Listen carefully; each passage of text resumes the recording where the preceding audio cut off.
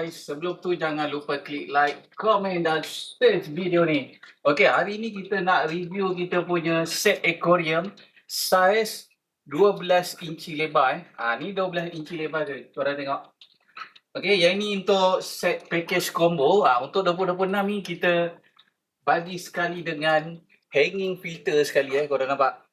Siap dapat hanging filter, dia boleh tapis kotoran, boleh keluar oksigen, nak cuci pun senang. Okey, nak beli ikan sungai, nak beli udang galah pun boleh. Kita bagi set, barang tinggal PMP sahaja. PMP tu maksudnya cucuk elektrik dah boleh pakai. Okey, kalau korang berminat boleh order dengan kita link kita dah sediakan di bawah. Okey? Semua pakai elektrik. Korang tengok Okey, pakai 2 pin. Lepas tu kita ada switch untuk on off lampu dekat sini. Okey, korang boleh on off lampu. Jom kita pasang terus. Kita video review sangat tak ada lah. Okey, video ni tak ada edit. Nak try. Okey, sekejap kita pasang lampu dulu. Korang tengok. Nampak cahaya dia guys. Ni. Okey. Ini yang kita dah on lampu LED. Weh, lawa guys. Korang tengok dia punya kaca dia tepi dia. Jenis one pieces kaca. Jenis kaca tebal, kaca bulat tu nampak. Dia bukan jenis gam silikon ada petak sini bukan. Paling penting siap penutup juga dapat ni. Tengok sini. Dapat sekali cover. Okey.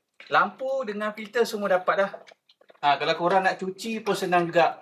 Okey. Korang buka cover ni, keluarkan dia punya penapis ni. 3 ke 4 hari sekali korang cuci ni saja, tak payah angkat kaca berat-berat. Okey. Ini kaca betul Nampak tu kualiti dia macam mana guys. Jenis kaca tebal, kaca bulat, one pieces kaca. Okey. Dia punya lampu LED dapat sekali, filter semua dapat. Paling penting korang boleh adjust dekat sini. Nampak ni?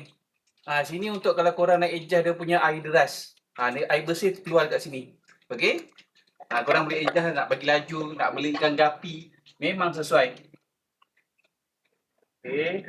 Ni kotak dia, kita bagi semua sekali one set. Kalau berminat boleh order dengan kita Thank you. Boleh masuk live TikTok kita nanti. Okey. Ni dia punya cover. Semudah ABC, barang tinggal PMP sahaja. Thank you. Boleh post ke Sabah, Sarawak, semua negeri kita layan. Weh, lawa guys. Thank you. Gerak tu. Kena padam ni lah.